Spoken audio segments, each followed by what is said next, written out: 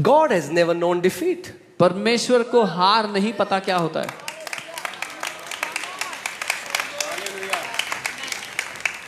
The Bible says, blessed be the Father who always leads us in triumph in Christ Jesus. That means when I hear His thoughts, when I meditate on His word, He will teach me how to be victorious in every situation. Bible कहती है धन्य है वो पिता हमारा परमेश्वर जो हमें मसीह में हमेशा जय में लेके चलता है.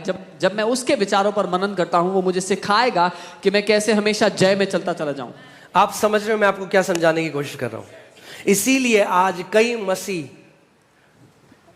शहर चेंज करेंगे, देश बदल देंगे, लाइन में खड़े रहेंगे 20-20 घंटे कि कोई उनके सर पे हाथ रख दे, मगर अपने मन के विचारों की जिम्मेदारी नहीं लेंगे. So many believers today, they will change their city, they will change their country, they will stand in line for hours so someone would lay hands on them, but they will not change the thoughts that rise up within them.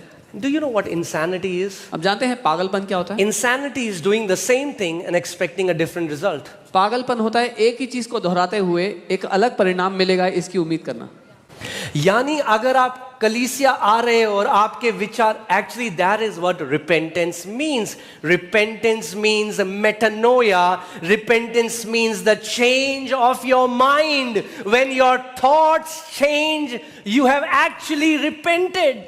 Repentance का असल अर्थ ये है जब आपके विचार बदल जाते हैं, आप मन फिराते हैं, जैसा पहले सोचते थे अब वैसा नहीं सोचते, आपका मन नया हो गया, ये रिपेंटेंस है.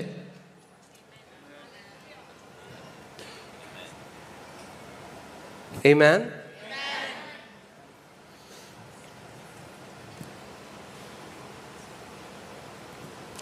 मैं कभी प्रभु कहता हूँ, प्रभु मैं क्या करूं कि मैं तेरे लोगों को तेरे वचन की तरफ ले जा सकूं. I tell the Lord, Lord, what can I do कि उनको that तेरे वचन का महत्व पता चले, that your people would know the importance of your word, कि वो तेरे वचन को तुच्छ ना जाने. that they would not despise your word. I know people will misunderstand me, but let me say this. It's unhealthy Christianity where people run after a man of God and don't honor the word of God that they have in their hands. ये अस्वस्थ है या अस्वस्थ मसीहत है जब परमेश्वर के लोग परमेश्वर के दासों के पीछे भागते हैं लेकिन उस वचन का आदर नहीं करते जो उनके हाथ में उनके पास है.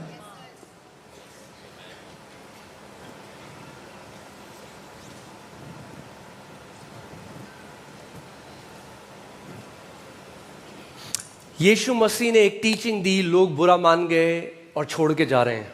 Jesus gave a teaching, people got offended and left.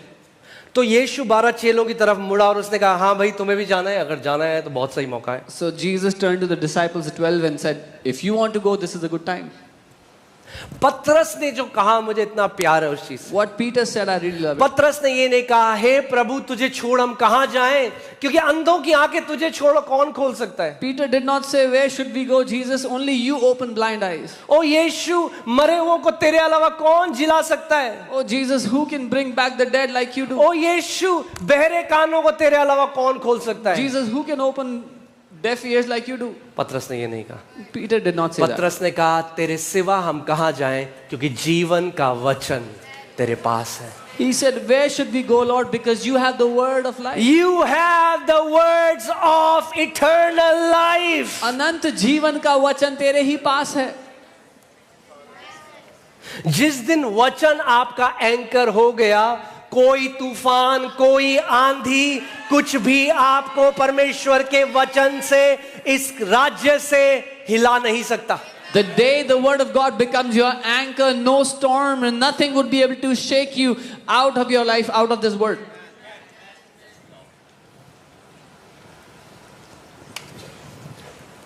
Amen. Will you get a benefit if a man of God who is anointed, walks in gifts, lays hand on you? Yes. क्या आपको लाभ होगा अगर कोई परमेश्वर का दास जो वरदानों में चलता है आप पे हाथ रखे? हाँ. For some time. कुछ समय के लिए होगा. Not for your life. जिंदगी भर के लिए नहीं. No. नहीं. No. नहीं. क्योंकि जिन के लिए होगा. Not for your life. जिंदगी भर के लिए नहीं. No. नहीं. No. नहीं. क्योंकि जिन विचारों ने आपको बांधा, Because the thoughts that अगर bound you, अभिषेक के द्वारा आपको सेट फ्री भी कर दिया गया, वापस जाके आप वही सोचोगे और वही गड्ढे में गिर जाओगे जहां गए थे. because the thoughts that had bound you, even though anointing will get you out of those bondages, but you will go back, think the same thoughts, go back in the same bondage Hear again. this. This is what the Lord taught me. Anointing will set you free, but anointing cannot keep you free. It is the word that keeps you free. परमेश्वर ने मुझे ये सिखाया कि अभिषेक आपको आजाद तो कर सकता है, लेकिन अब अभिषेक आपको आजाद बनाए नहीं रख सकता है. वचन आपको आजाद बनाए रख सकता है. सोचो, मैं आपको एक उदाहरण देता हूँ. I'll give एक an परिवार है, वो डॉक्टर के पास है. बोले, डॉक्टर साहब मेरे पेट में दर्द कर रहा है, मेरी बीवी के, मेरे बच्चों के, सबके पेट में बहुत तेज दर्द है. So a family came to a doctor and said, Doctor, me, my wife, my children, all our stomach is hurting, is paining. So doctor ने चेक किया, इन्फेक्शन था पेट में. Doctor checked. there was antibiotic infection, they the. gave antibiotic. Antibiotic ने जो अंदर जो भी था वो ठीक कर दिया. The antibiotic fixed दर्द whatever was खत्म हो there. गया. The pain vanished. फिर 15 दिन बाद फिर चले गए डॉक्टर के In pass. 15 days they came back to the doctor doctor. साहब दर्द हो गया. Oh doctor, our stomach is hurting again. फिर एंटीबायोटिक दी, Again antibiotic. दर्द ठीक हो गया. Pain vanished. वो जो बैक्टीरिया थे उसने मार दिया. The bacteria died. उसके बाद फिर से वैसी हो गया. Again the same thing happened. फिर 2-3 महीने बाद फिर चले गए. 2-3 months later they came again. और डॉक्टर ने कहा, भाई ये परमानेंट इलाज नहीं है, And doctor said, this is not the permanent fix. तुम्हें जानना पड़ेगा कि क्या हो रहा है. You have to know what's तो happening. फिर पता चला कि उनके घर में जो पानी था ना, जो पानी आ रहा था, They found out the water in that house उसमें सीवर लाइन का पानी मिला हुआ था. was connected to the sewer line. उसकी वजह से जब उस पानी को पी रहे थे, Because of which तो when they मुझे drank that बताओ, water. क्या जिंदगी भर एंटीबायोटिक खा के जी सकते हैं वो लोग? So tell me, can they live all their life on antibiotics? अगर हमेशा के लिए पेट दर्द ठीक करना है तो पानी जो स्रोत है उसे बदलना पड़ेगा. To fix that stomach ache permanently, they have to fix the source of water. अगर जय में जीना है तो विचारों का जो स्रोत है उसे बदलना पड़ेगा. परमेश्वर के वचन को आदर करना पड़ेगा. परमेश्वर के वचन पर दिन और रात मनन करना पड़ेगा. If you want to live in victory, you have to change the source of your thoughts. You have to live and abide in the word of God. You have to meditate on God's thoughts. एक बारी एक बहन मेरे पास आई, A sister came to me one time.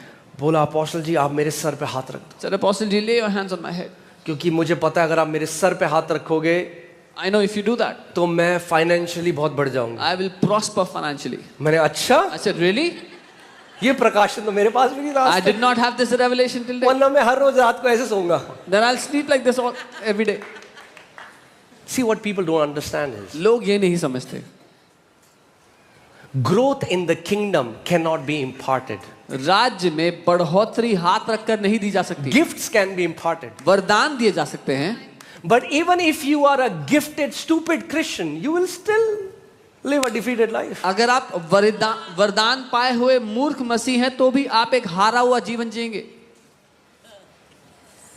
Because gifts are for others, not for you. क्योंकि वरदान दूसरों के लिए होते हैं, आपके लिए That's नहीं why होते. there are many gifted believers who can do powerful ministry, but inside their own, they live a messed up life themselves. इसीलिए बहुत से मसीह लोग हैं जो बहुत गिफ्टेड है, बड़े वरदान हैं, दूसरों के लिए बहुत कुछ कर सकते हैं, पर खुद की जिंदगी की हालत खराब हुई पड़ी है. क्यों? Why? क्योंकि विचार खराब है, Because their क्योंकि thoughts are विचार messed नहीं up. बदले, The thoughts have क्योंकि not वचन changed. अंदर नहीं गया. The word has not gone in.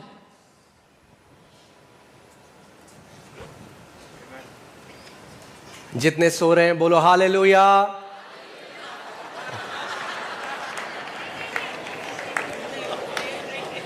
प्रभु यीशु मसीह ने कहा, हे परमेश्वर मुझे इस पीढ़ी से बचा जो सुनते हुए भी नहीं सुनती और देखते हुए भी नहीं देखती. हे पिता मैं क्या करूं?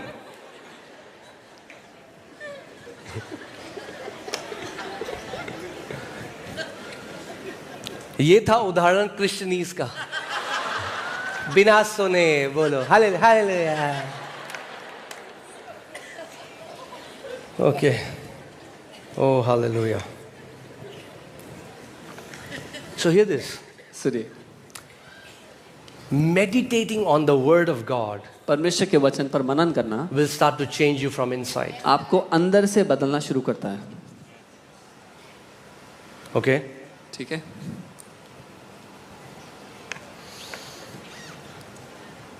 जिस दिन वचन पर आप मनन करते रहोगे एक ऐसी जगह पहुंच जाओगे आपको पता लग जाएगा हार मेरे लिए नहीं है. As you keep meditating on God's word, you will reach a certain place in your life when you will know that defeat is not for me. Tribulation आएंगे, Tribulations will come, परीक्षाएं आएंगी, tests will come, सताव आएंगे, मगर Persecution her will come. समय परमेश्वर आपको जय के उत्सव में लिए चलेगा यीशु के नाम में. but God will always lead you in triumphant victory in Christ Jesus. Amen. Okay, third verse. I love this scripture. तीसरी वर्स मुझे बहुत प्यार है इससे. जब आप परमेश्वर के वचन पे दिन रात बोलो, जब मैं परमेश्वर के वचन में दिन और रात मनन करूंगा तो मैं एक ऐसे वृक्ष के समान बन जाऊंगा जो बहती नदियों के किनारे लगाया गया है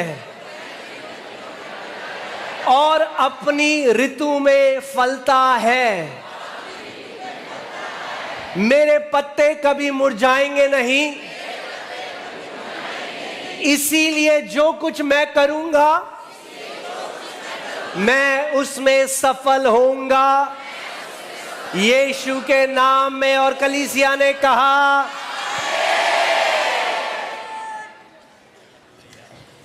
So when I will meditate on God's word, come on, say with me, day and night, I shall be like a tree planted by the rivers of water. I will bring forth fruit in my season. My leaf will also not wither, and whatever I do shall prosper. In Jesus' name, amen. Prophet ji आप बताओ ना हम क्या करें. Oh, Prophet ji, tell us what to do. Car का business करें या मटके बेचें. Should we do car business or sell things? बताता हूं, वचन पर मनन कर तो जो कुछ करेगा उसमें सफल होगा. Let me tell you, meditate on God's word, then whatever you will do will prosper. परमेश्वर का वचन झूठा नहीं हो सकता. The word of God is not a liar. Amen.